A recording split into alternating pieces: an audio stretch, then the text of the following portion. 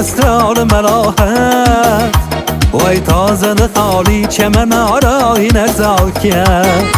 Zülkisi yakın ne yukarı hatta yapar Yolunda tiger başıma mi sengi meramer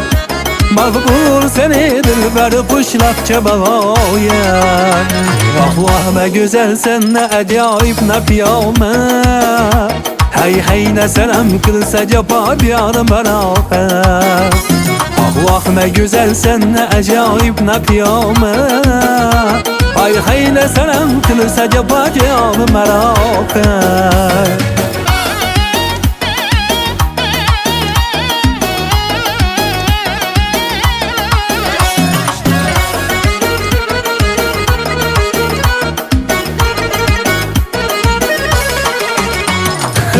Çeynadık bedenim lara vızyarım Şemşiyat kadımsi muhterem çeşni kumarım Sümmülkideki yanana bular şep suarım Gel aldı mecaset kakılayı singen yarım Am sabrı karar kalmadı pende medarım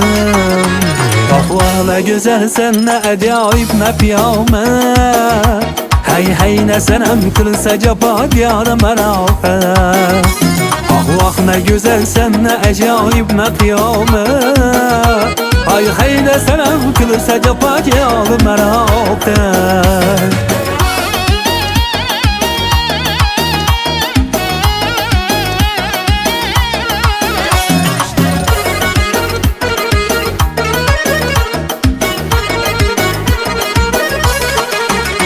Himu beşemerub lülüvetten ötüpler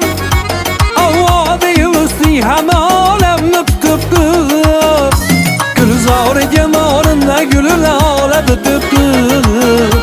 Meşyate-i takdir seni hoş yaratıptır Üstüne görüp ademi cennet unutuptır Ah vah ne güzel sen ne acayip ne piyamet Hey hey ne selam kılsa cepa diyarım beraber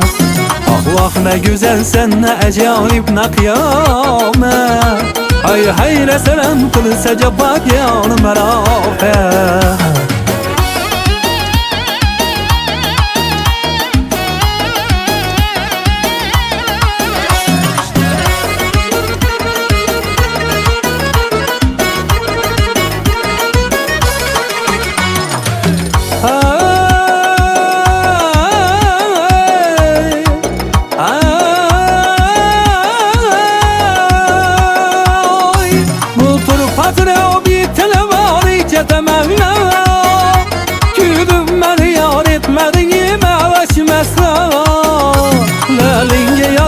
Gel katı saptan gidirana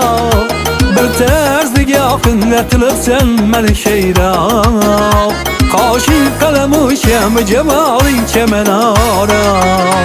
Ah vah ne güzel sen ne acayip ne piyamet Hey hey ne senem kılsa cepa diyarım beraber